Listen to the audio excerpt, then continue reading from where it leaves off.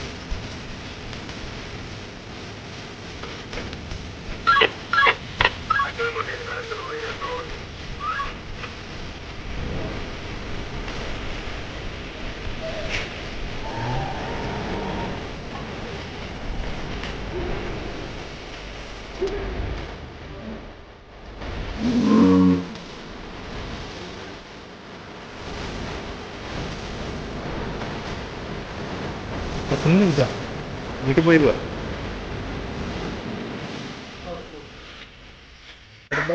ഇവിടെ തുറന്ന കിടക്കുകയാണ്. മോഹനെ വിളിച്ച് കാര്യം ചോദിച്ചു. മോഹനെ ഫോൺ വിളിച്ചായിരുന്നു. മോഹനെ ഫോൺ വിളിച്ച് ചോദിച്ചു, ഇന്നലെ തുറന്ന് കിടക്കുകയാണ്, പെട്ടെന്ന് വരാൻ പറഞ്ഞു. അപ്പോൾ അദ്ദേഹം വന്നിട്ടാണ് ഞാൻ അകത്തോട്ട് കയറിയത്. അകത്ത് കയറിയപ്പോഴേ ഓഫീസിൻ്റെ വാതിലെല്ലാം പൊളിച്ചിട്ടിരിക്കുന്നു. അകത്ത് അലമാര, മേശ ഇതെല്ലാം തല്ലിപ്പറിച്ചിട്ടേക്കുവാണ്. അങ്ങനെ ശ്രീകോലിൽ ചുറ്റമ്പലത്തിൻ്റെ നട തുറന്ന് കിടക്കുന്നു. അകത്ത് കയറി കണ്ടിട്ടാണ് വേണ്ടി വന്നിട്ട് കമ്മിറ്റിയുടെ പ്രസിഡന്റ്, സെക്രട്ടറി, മറ്റ് കമ്മിറ്റി അംഗങ്ങളെല്ലാം വിളിച്ചു പറഞ്ഞത്. തിരുവേലി എന്നെ വിളിച്ചതനുസരിച്ച് ഞാൻ പെട്ടെന്ന് ഇവിടെ വന്ന് നോക്കിയപ്പോൾ കഥവൊക്കെ എല്ലാം കുത്തി തുറന്നിട്ടേക്കുക. അകത്ത് അതെല്ലാം വലിച്ചു വെച്ചിട്ടേക്കുന്നുണ്ട്. ശ്രീകോല് അമ്പലം അകത്തോട്ടുള്ള അമ്പലം തുറന്നിട്ടേക്കുന്നു. പിന്നെ ഇവിടെ വന്നിട്ട് ആദ്യം പ്രസിഡന്റിനെ വിളിച്ച്, പിന്നെ സെക്രട്ടറിയെ വിളിച്ച്, യൂണിയൻ കമ്മിറ്റി അംഗങ്ങളെ എല്ലാവരെയും വിളിച്ച് വിവരം പറഞ്ഞു.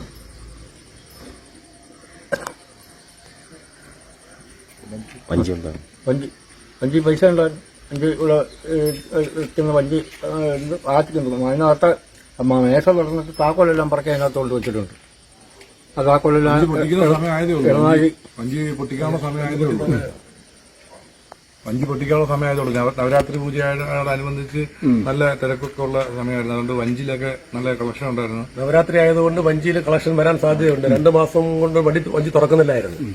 ഇപ്പം മോഹനം വന്ന് വിളിച്ചപ്പോൾ ഞങ്ങളോട് വന്നപ്പോഴത്തേക്ക് വഞ്ചി ഇത് കിടക്കുന്നു. നമ്മുടെ ഓഫീസെല്ലാം അടിച്ചു പൊളിച്ചിട്ടേക്കുന്നു. ചുറ്റുമെല്ലാം ഞങ്ങൾ വീക്ഷിച്ചപ്പോഴത്തേക്ക് വഞ്ചി ഇവിടെ വെളിയിൽ കൊണ്ടുവച്ച് പൊട്ടിച്ച് അതിന്റെ ലോക്കുകളെല്ലാം വെളിയിൽ കിടക്കുന്നു. വഞ്ചി അങ്ങ് താഴെ റബ്ബർ തോട്ടത്തിൽ കളഞ്ഞിരിക്കുന്നു.